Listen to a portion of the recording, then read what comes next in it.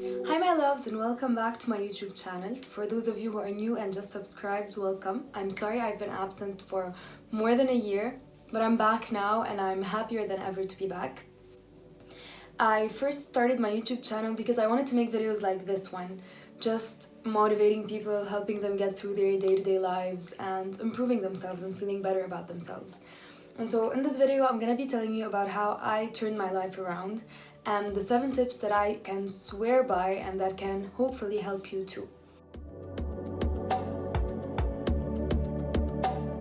One of the reasons why I stopped YouTube was because my life was all over the place and a lot of things were just not okay. I started coming up with rules that helped me a lot and that got my grades back up, my life back up, and my health, mental and physical, is just better than ever. This video, I don't want it to be too long because I want all of you to watch all of it. So I'm gonna start with the first one that I actually swear by. It's the no snooze button. When you wake up in the morning, the first thing you do can set the tone for your entire day. By clicking on your snooze button, you're just delaying the inevitable. You are going to wake up whether you click on that snooze button or not. This is the first thing that I actually fixed, and it was really hard for me because I used to click the snooze button at least 5 times before I got up, and it made me feel even more tired when I did get up. By just waking up after one snooze or no snooze at all, which is preferable, I felt like I achieved something by just waking up. The second rule that I live by is one of the main reasons why I actually got my grades up. And the second one is no skipping classes or work or whatever you do for a living.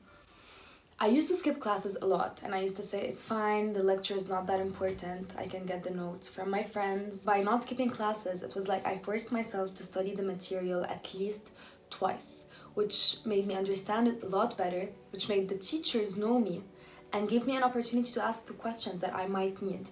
Also, I don't know if that happens with you, but during class hours, you get an idea of what to expect in the exams. And so that helped a lot with acing my exams. Actually, going to class gave me the motivation to just get other things done.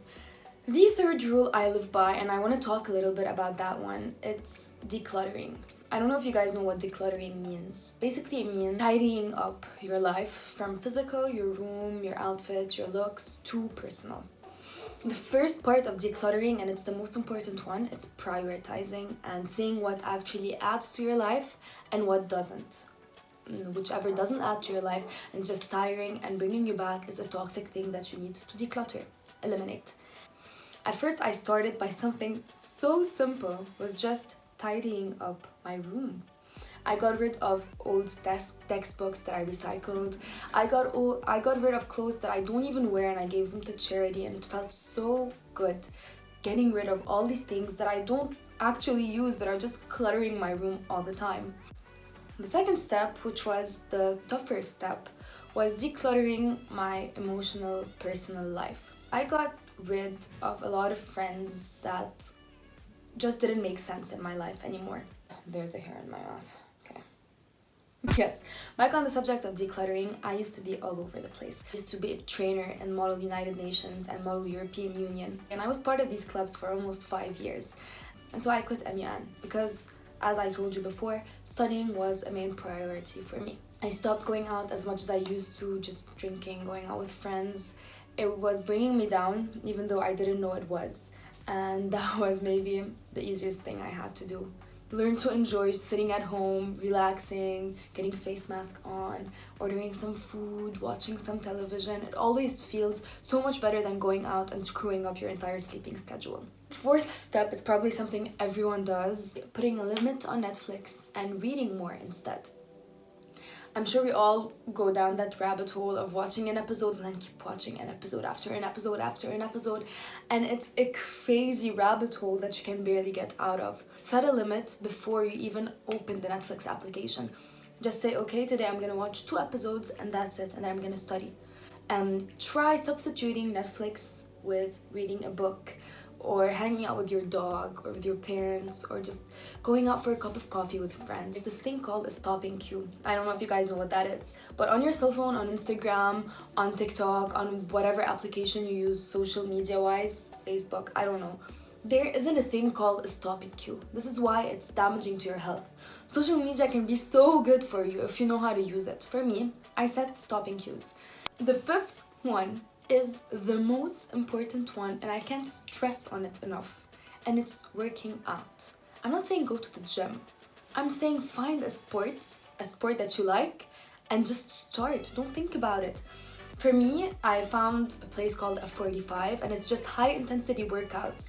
It's like going to the gym, but you have 45 minutes of intense workouts where you can't stop because there's a trainer correcting your movements and just pushing you to just push your limits, pushing you to push your limits. You know what I mean?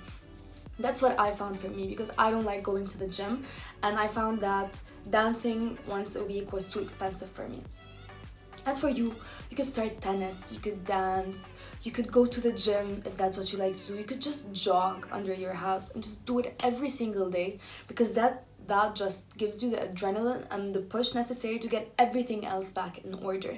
As for the sixth one, it's also a very important one, but I don't know if everyone does it, but I do it and it helped me a lot, and it's journaling.